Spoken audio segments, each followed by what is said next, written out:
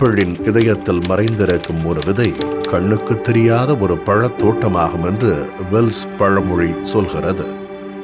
காடுகள் நமது நிலத்தின் நுரையீரல். மரங்கள் தீங்கு விளைவிக்கும் வாயுக்களை உறிஞ்சி ஆக்சிஜனை வெளியிடுகின்றன. அதிக மரத்தோட்டங்கள் ஆக்சிஜன் அளவை அதிகரிக்க உதவும்.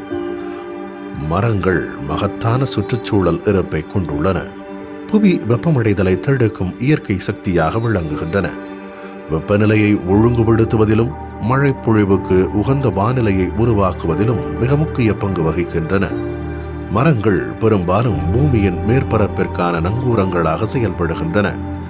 இது நிலச்சரிவுகள், பாறைச்சரிவுகள் மற்றும் பனிச்சரிவுகளின் தாக்கத்தை குறைக்க பெரும் உதவியாக விளங்குகின்றன.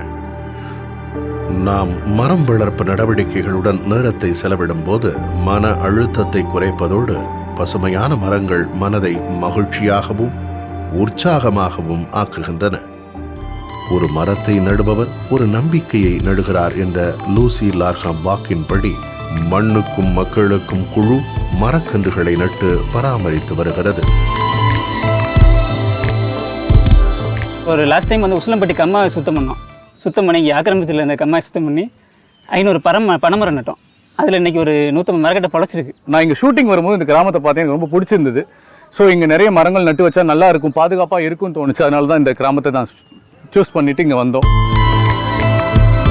காஞ்சிபுரம் வட்டாரத்தில் அமைந்துள்ள ஆர்ப்பாக்கம் ஊராட்சி பகுதியில் தன்னார்வலர்கள் அங்கு உள்ள குளத்தை சுற்றி உள்ள பகுதிகளை சுத்தம் செய்து மரக்கன்றுகளை நட்டனர்.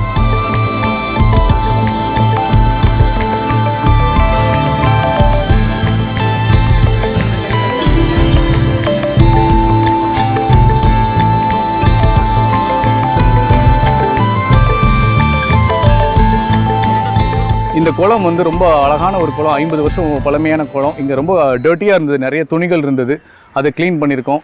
நட்டு வச்ச எல்லா மரத்துக்கும் தண்ணி ஊற்று உரம் போட்டு அது வந்து ஒரு மரம் கூட ஃபெயிலியர் ஆகாத அளவுக்கு நாங்கள் செட் பண்ணியிருக்கோம். மரம் வளர்ப்பது ஒருவருக்கு உயிர் கொடுப்பது போன்றது. நாம் நடும் ஒவ்வொரு மரமும் சமுதாயத்தின் ஆதாரமாக மாறுகிறது.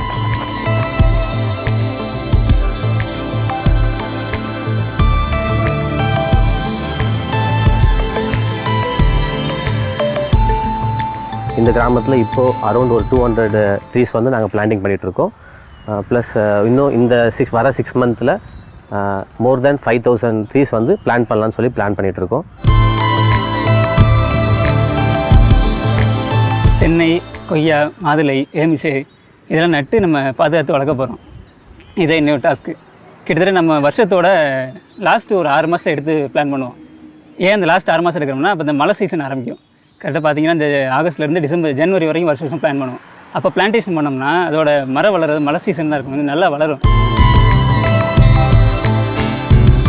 60-70 பேர் டீமாக பிரிஞ்சுக்கிட்டோம். ஏன்னா 500 மரம் நடணும். அந்த 60-70 பேரும் டீமாக பிரிஞ்சுக்கிட்டு ஒவ்வொருத்தங்களுக்கும் ஒவ்வொரு செடி கொடுத்துட்டாங்க. ஒவ்வொரு வகையான செடி இருக்குது. அதாவது மாங்கன்று, கொய்யா, மாதுளை, சப்போட்டா, இந்த மாதிரி நிறைய இருக்குது. இது ஒவ்வொருத்தங்களுக்கும் கொடுத்து ஒவ்வொருத்தங்களும் அதை அலைன் பண்ணி, அதாவது வந்து ஒரு குரூப்பில் 10 பேர் இருக்கணும் அப்படின்றது 10 பேர் ஃபார்ம் பண்ணி அதில் நின்று நாங்கள் ஒவ்வொரு மரமாக நாங்கள் நட்டுக்கிட்டு இருந்தோம். இன்றைக்கி ஆக்சிஜன் தரக்கூடிய மரங்கள், மண் வளத்தை கூட்டக்கூடிய மரங்களாக தான் நாங்கள் சூஸ் பண்ணி, அதுவும் 5 அடி 6 அடி உயரமுள்ள மரங்கள் தான் நடுறோம்.